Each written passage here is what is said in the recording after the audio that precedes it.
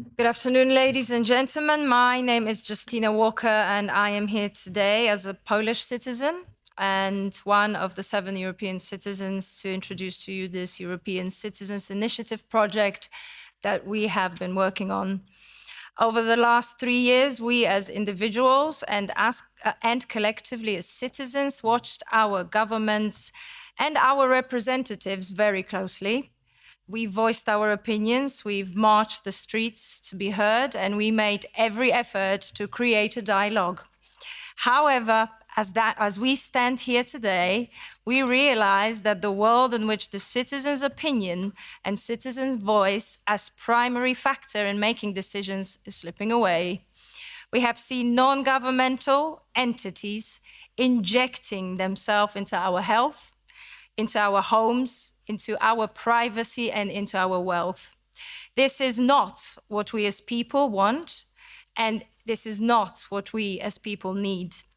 The reason we choose to give our vote or our backing to our representatives in any capacity is because we do not want the unelected, self-proclaimed leaders to decide on our behalf. This includes negotiating with private, non-transparent organizations such as WHO, and in the process, ignoring objections of the citizens. We as people not only choose, we put our trust in you, and the trust has been broken.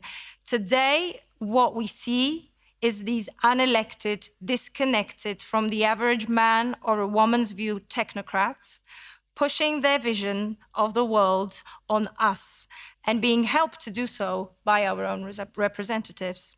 There have been many petitions, there have been many declarations, and many of us have come together on European and global level to say no to this power grab that we are seeing currently. With implementation of such tools as international health amendments and WHO treaty, both to be introduced in European countries and beyond in May 2024, we are facing further push from these unelected, self-appointed organizations and individuals who want to make decisions about our freedom of choice.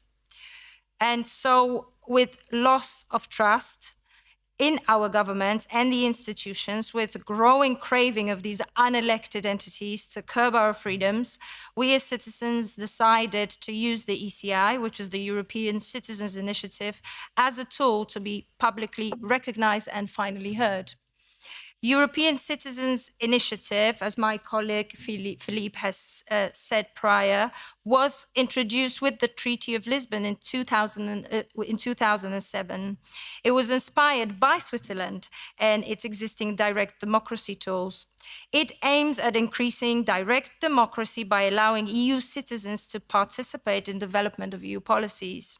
Nowadays, we are hearing more frequently that the European Parliament and the European Commission see the disconnect between the people and the institutions, and yet they proceed to listen to these self-elected representatives, such as Director General of the WHO, or head of a non-profit organization such as World Economic Forum. This continuous curbing of freedom and loss of trust is the reason why we want to introduce the Trust and Freedom Initiative. Thanks to the tremendous work of our team, that includes not only doctors, lawyers, activists, but also us as mothers and fathers, people from different walks of life, we will be putting forward our ECI, the European Citizens Initiative, to the European Commission within the coming weeks. And we are asking all citizens of Europe, when this happens, to sign it electronically, if possible, in your country, or by finding or contacting us to create an event in your community to collect signatures. This is the opportunity for your voice to be heard, your voice as an individual and your voice as a collective, so that these grand halls and chambers of European institutions where the lobbyists negotiate their private agendas to the detriment of all of us, not only echo somewhere there in the distance, but reverberate loud our objections, starting here in Brussels. Within the next months, we aim to collect 1 million signatures across Europe to show our unity. With a team of lawyers, the Trust and Freedom Initiative is being prepared, and all information will be available here in Europe, but also globally via our social media and website. What we need is to adopt a comprehensive set of legal acts that recognizes and strengthens the protection of every individual citizen, every man, every woman, every child. I want to thank the MEPs for standing with us and supporting our effort.